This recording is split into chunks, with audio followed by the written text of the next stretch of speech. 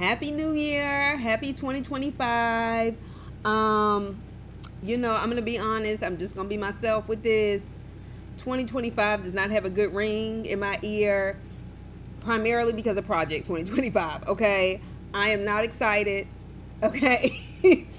I am going to push through like I have done, like I did through the Bush years and everything else, like I did through the first term. But I'm not excited. Not to mention, we seem to be off to a terrible start. But of course, we all know killings are nothing new in this country where I would say gun control is what we need. And it is. But gun control also means that the United States response every time there's an international issue or some gold, some resources, some coltan to make our computers and cell phones work doesn't mean violently going over to other people's countries and snatching their resources. What the hell do we expect from individual citizens when the government always responds violently? Nevertheless, the New Orleans attack, just bringing in the new year. Let's just go ahead and God rest everybody's soul who was killed in that attack. Everything about that was tragic. It's tragic. It's not funny. I mean, like, people go out on New Year's Eve to have a good time, to bring in a new year, do whatever they do. And to be minding your business, enjoying yourself on Bourbon Street, and somebody of all things doesn't come in there with the individual gun and just kills everybody, rams their car, okay, into the place where people are hanging out, and that's how you lose your life? Are you kidding me? I mean, literally, there's no good that can come out of that. And I am sorry to those people in New Orleans. I'm sorry to their families, because that is something that just did not have to happen. Now, what we know about this man, this is based on NBCnews.com and also WDSU.com. Federal investigators identified the man that carried this out as Shamsuddin Jabbar. Okay, he was 42 years old. As he's considered somebody who intentionally rented a pickup truck and rammed it, into people on Bourbon Street. Okay, who were celebrating the New Year. Now, the first thing that caught on, even though this was not even 48 full hours ago, was that this was a terrorist attack. And I was like, a terrorist attack? In New Orleans, what would make that the site? And I'm not even trying to be funny. Now, typically they have trained like they did with 9/11. There were, these Arabs who were going to North Carolina A&T, which is a historically black college, getting this engineering training, understanding American, forces, places where they don't stick out, where they actually could expect that they'd be too busy watching black people, and they were not wrong. But I was like, but what would motivate an attack in New Orleans? Because the terrorist part, we all know what comes into our minds. Those of us, certainly millennials, who experienced 9/11 and all the hell that came with George Bush's presidency, so on and so forth. Anyway, this man, when I read his name, I said, oh, that's why. Because he's Muslim and he's brown. So automatically it had to be a terrorist attack. Now, they have now demonstrated there is no link between that and Las Vegas. We'll get to that in a second. But my thing is, he was a former U.S. Army veteran. He lived in Texas, okay? He was like a real estate agent, so on and so forth. And he may have been having some financial problems. But plenty of people have financial problems and don't do that.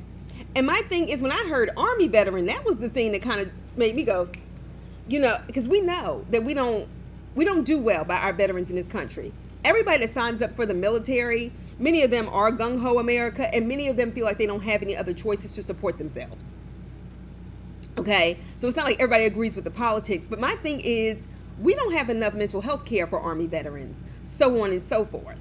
And to immediately call somebody who put their life on the line for several years in the Army and be called a terrorist after protecting your country and having been stationed in some place like Afghanistan it just demonstrates over and over again the racism that exists in this country. And, you know, I'm still woman enough, intelligent enough to see it for what it is, even though the Arab population in this country basically either voted for Trump or for the Green Party, even though they knew the Green Party did not have a strong chance in places like Dearborn, Michigan, and was really heavy on that abandon Harris or the non-committed movement. And this is still how these people see you, right? And Trump is like the head, you know, of all of this stuff. He spearheads it, but there's plenty of people that think like this. But anyway, and at least 14 people have been killed and 35 have been injured. Originally, they were reporting that it was 15, but it's 14. And 35 have been injured, and I just pray for everybody involved. You know, and the police superintendent, Ann Kirkpatrick in New Orleans, said, quote, "This is not just an act of terrorism, this is evil," end quote. Yeah, it is. It is. But the problem is we treat violence as individual acts, and we don't call them terrorism when the police, in their very fascist, militarist setup, murder black people indiscriminately and get off. Or vigilante sort of justice like what Daniel Penny did to Jordan Neely. Or George Zimmerman did to Trayvon Martin. So my thing is, don't just see it in this vacuum, because I don't appreciate it.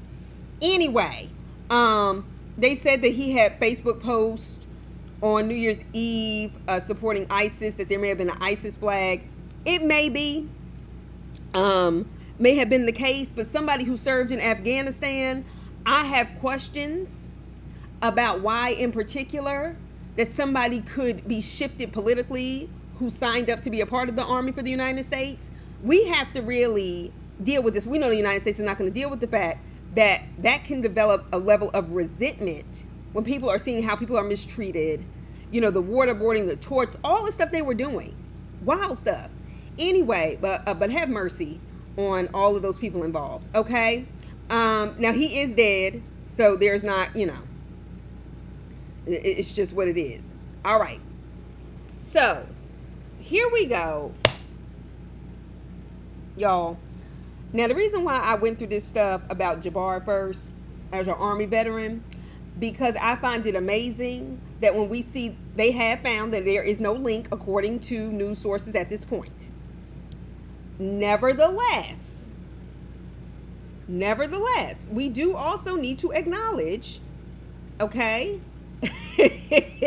that the person involved in the Cybertruck blowout or blow up outside of the Trump International Hotel in Las Vegas was also an Army veteran, and it's only considered a possible act of terrorism. We can already tell what kind of person has probably committed this crime. So, according to CBSNews.com, a Tesla Cybertruck exploded outside the Trump International Hotel in Las Vegas early Wednesday, New Year's. Okay, killing one person in an incident that is being investigated as a possible act of terrorism, according to law enforcement. Investigators do not believe there's, quote, any other danger to the community right now, end quote. FBI agent Jeremy Schwartz said at a news conference Wednesday evening.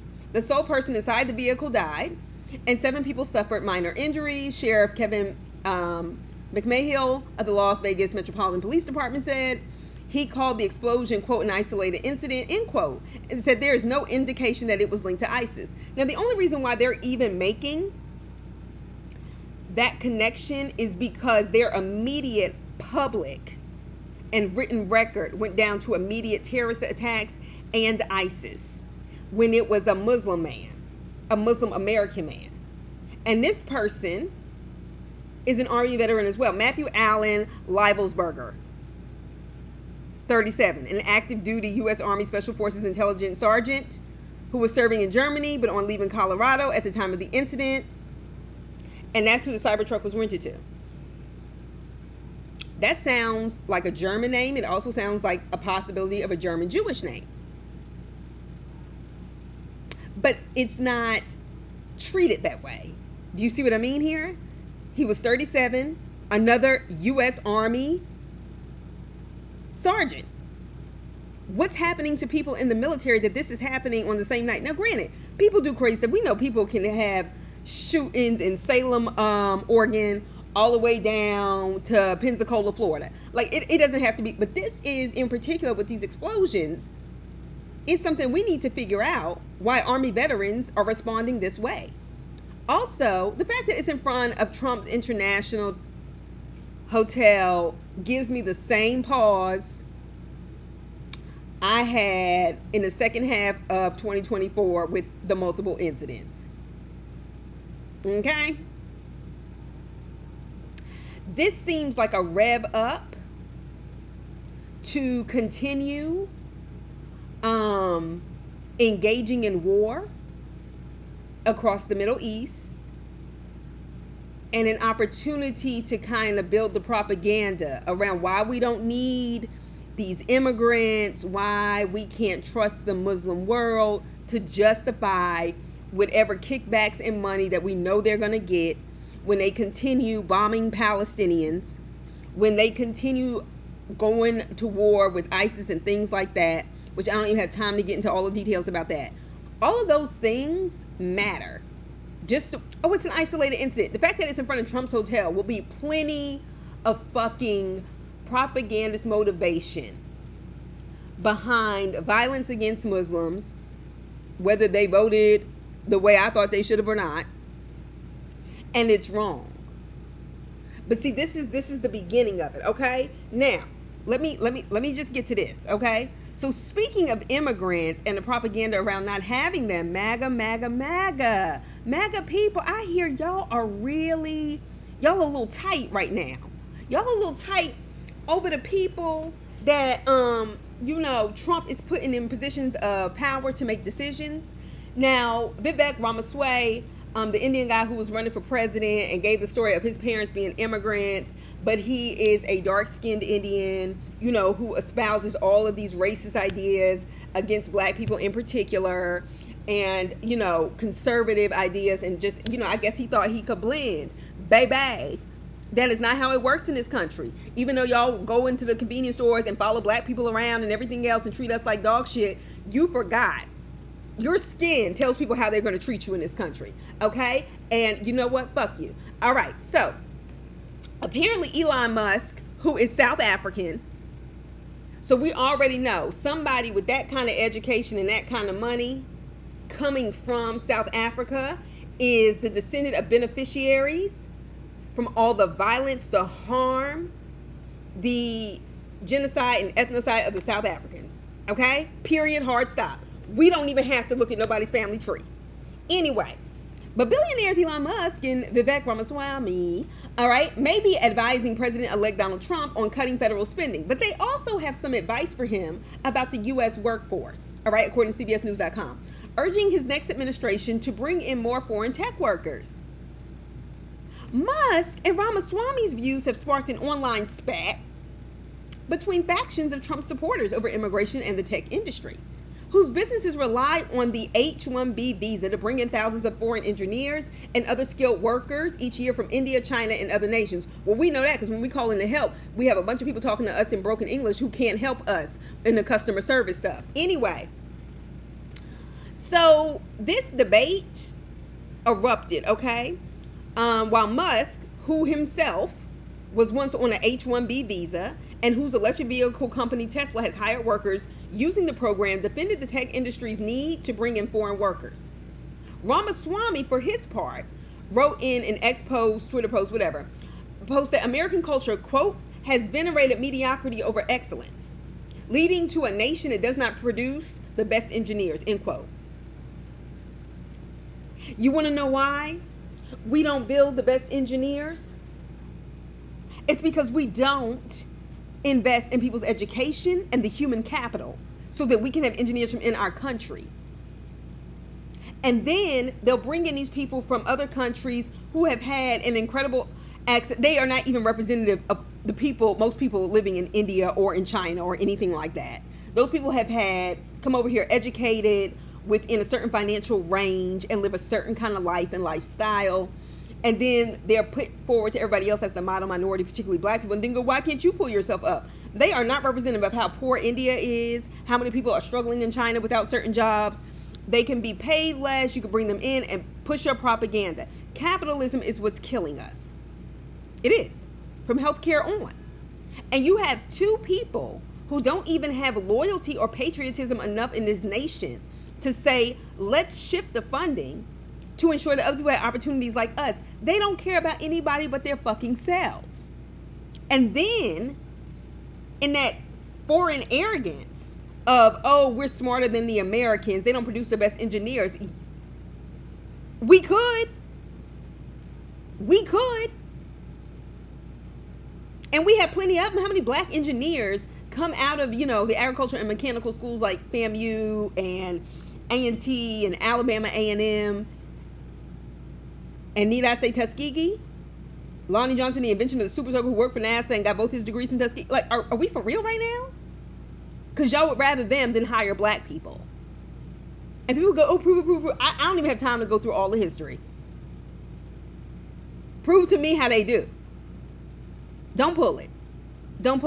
They are showing y'all exactly who they are. And all those poor whites who were just happy that they was going to be able to get on horses, hopefully like the good old days, and put crosses in our yards and burn them and hang us from trees. I don't know why. They already shooting us like there's no tomorrow. Who was voting for that? Now this is what you get.